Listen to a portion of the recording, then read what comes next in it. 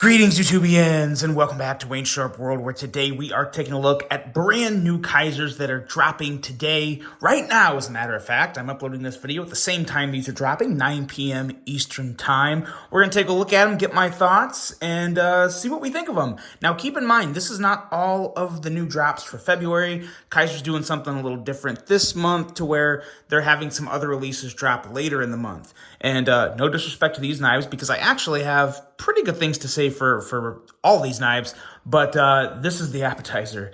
The main course is dropping later this month, and I think that's very safe to say. You'll see what I mean later in the month when those drop, because I am really excited to bring both of them, but particularly one of them to you guys.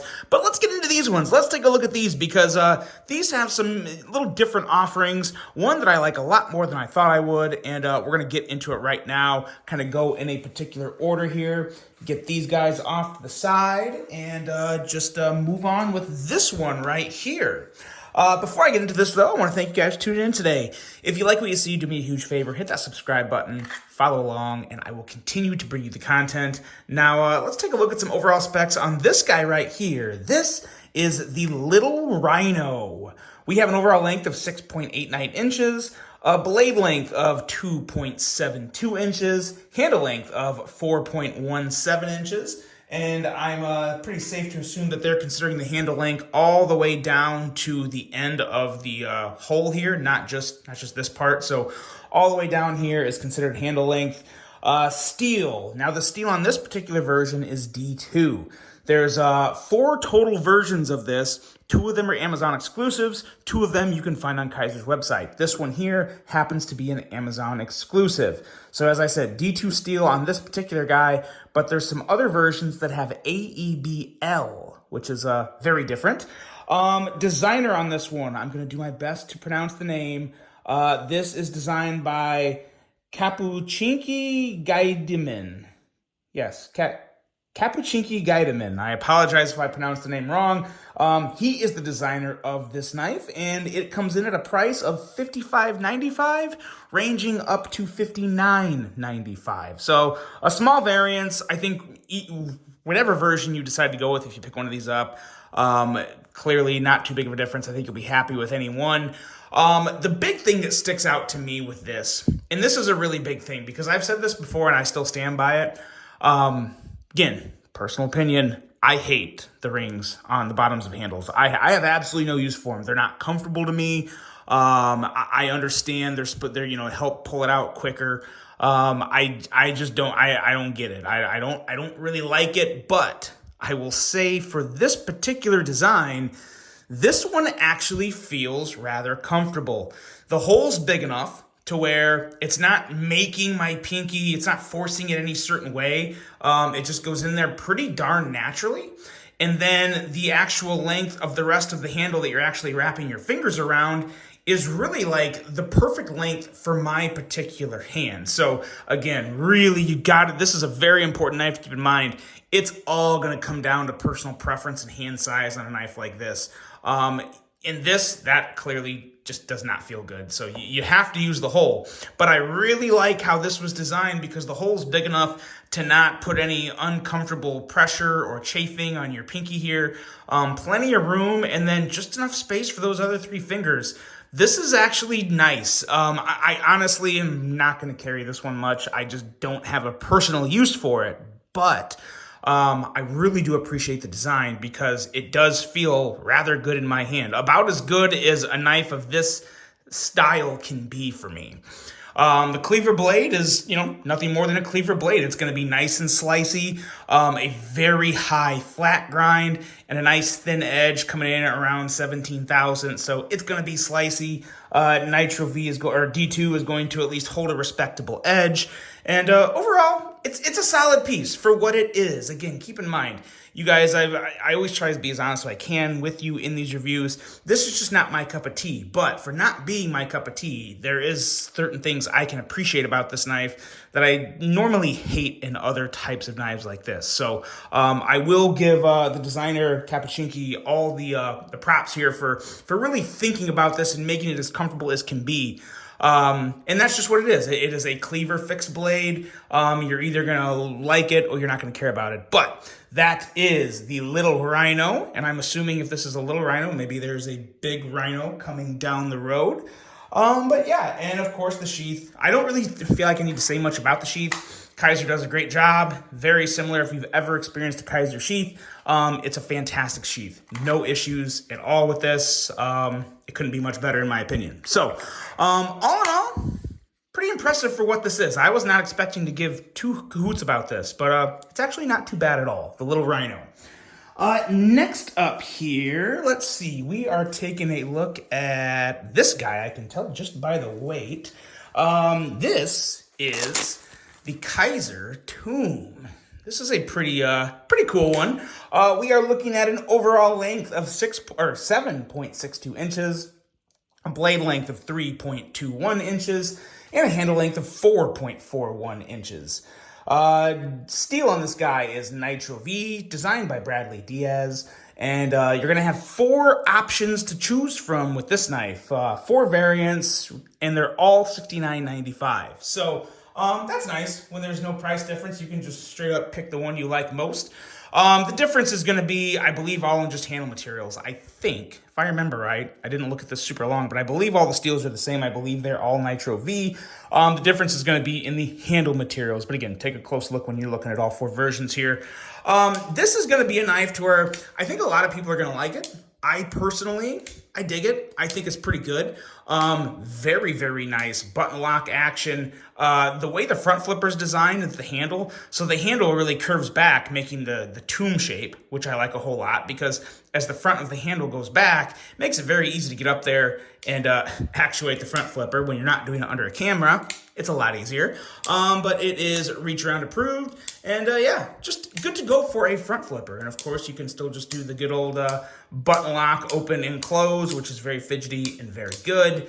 The one thing that kind of threw me off with this a little is the drop point with the handle. It doesn't, it's one of those knives where visually it comes off a little awkward at first, and it's going to come down to complete personal preference on whether or not you like the design. If you like the design, there's no concerns from a quality aspect. This has a very nice detent. I think it feels pretty good in my hand, but I think smaller hands may not like this as much because there's a lot of width up here right around where you're going to be giving kind of that pinch. So for smaller hands, you may or may not like this. I actually think it feels pretty good for me. It's a nice, big, wide, this whole area here kind of marries up with the choil. So it feels like a really, really big choil, which is very nice. An incredible plunge grind. As you can see, you got your sharpening choil here, and the actual full flat of the grind goes well behind the choil, the sharpening choil. So it's a very, very nice blade to sharpen, and it feels pretty good in hand. So no real issue there. Really comes down, what do you guys think of this? What do you think of the tomb shape? The first thing that hit my mind was, I thought for, a tomb shape, I thought it would be cool to have some type of crazy tanto blade up here that would maybe match a little better with the handle. Again, just me, and it's very easy to think about these things after the fact, of course, when I'm reviewing it, because you're just trying to think of everything different from what the designer already did. So in all fairness, just some afterthoughts there. But I do dig the design in general. I think it's going to be a great EDC blade. I mean, it's got a nice slicey tip, slicey blade in general. Pretty darn good ergos. Your finger doesn't have it. There's really no worry of pressing this button. It's just not going to happen unless you have really long fingers. Then maybe, but I wouldn't worry about it. Not a concern for me personally. Good action, good everything. Pretty solid piece for $69.95. You be the judge. Is it worth it or not? But that is the Kizer Tomb right there. And next up here is I'd probably say this is my favorite one of these 3. This is the Kizer Bamboo.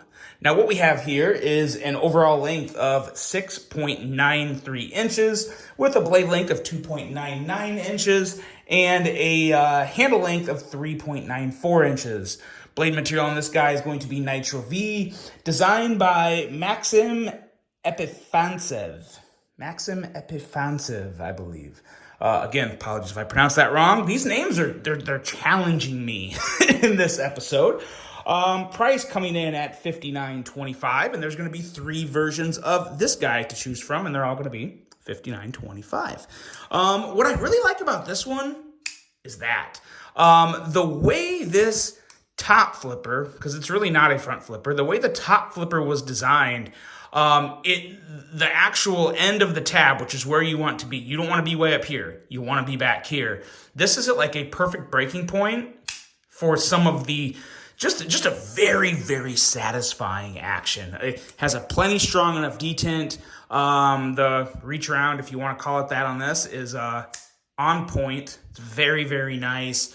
And again, this is just a very slender piece here. Very, very slender. Kind of gives me the feeling of like a sardine or something. Just very, very thin, not too long. 6.93 inches overall is not very long for a knife, and you're just under that 3-inch barrier that a lot of people have to stay under, depending on where you live in this great country.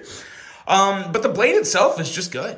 It's a narrow blade, but it still has a pretty nice edge here. I think my calipers picked up 17 thousandths, 17 and a half thousandths, but it thickens up kind of quick. But again, this cuts just fine. Like I would almost consider this a slicey blade. You have a very, very nice blade for piercing, and just a good edge overall. I mean, again, this is what it is, guys. This isn't made to be used as a survival knife. It is just a typical EDC knife, like a lot of the other ones coming out. Very different from an aesthetic standpoint, but what I mean is just the overall intended purpose of the knife. It's just to be used day to day, cut regular stuff. So for just regular EDC use, the blade is totally sufficient enough, and really, really excels with the fidget factor. I love that. It's almost like a lighter flick. It is basically a lighter flick. And it's so, so satisfying. Really, really dig the action on this guy.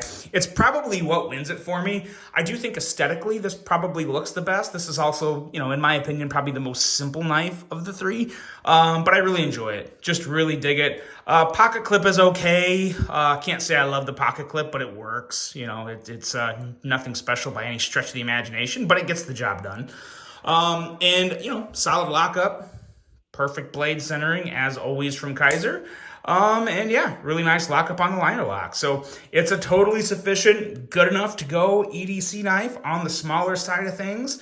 That is going to feel really good in a lot of hands, too. That is the one nice thing with smaller knives like this that are kind of have a neutral ergonomic design to it, is it's going to feel good in just about any hand, unless you're someone that just really prefers a very small knife or a much bigger knife.